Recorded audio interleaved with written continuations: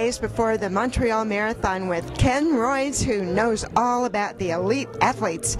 And you've got a couple of champions, former champions, who are returning. Who else can we look forward to see?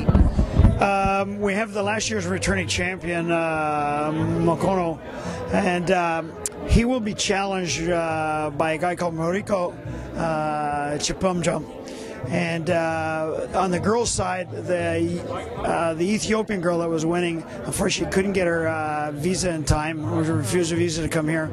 But there are two people. There's Irene Cherub, and there's a Meseret Koto from Ethiopia. Cherub's from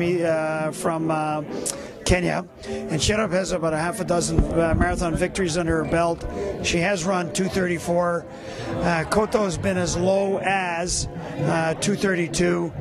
I expect on the Montreal course, because it seems a little bit slower than the original event record, because of the inclines and declines. I expect the women to be somewhere around 2:37, and I expect the men, depending on how much they get into it, could be as low as 212 low for those people that don't understand marathon doc. The race happens really in two parts. In my opinion, it's somewhere between 21 and 30K. It's all the inclines. There's a couple of hard declines between the 33rd kilometer, 34th kilometer, watching them run down the hill, finishes off their legs. Then they get to run along Sherbrooke on the flats.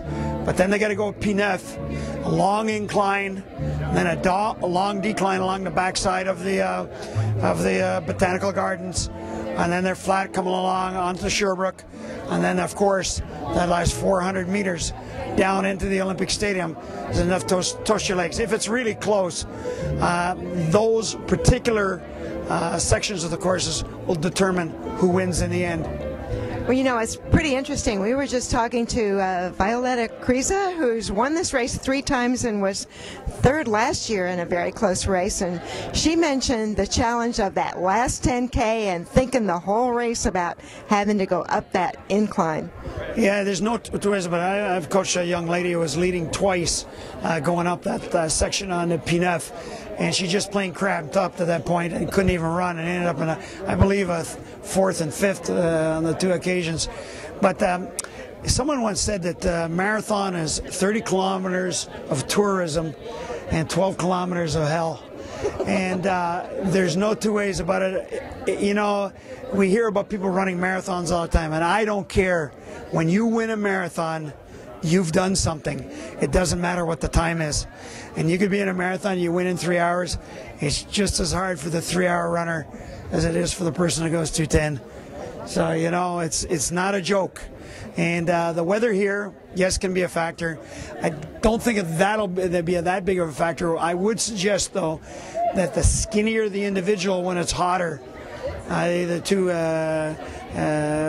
Kenyans, they're very, very light, and they're not necessarily affected. When you're a smaller frame, you lose a lot more heat a lot more quickly.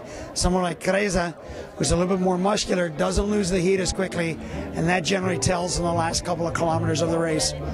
Well, that's a very interesting perspective, and it makes it all the more interesting for those of us who are going to be watching the race on Sunday. Thank you very much. You're most welcome.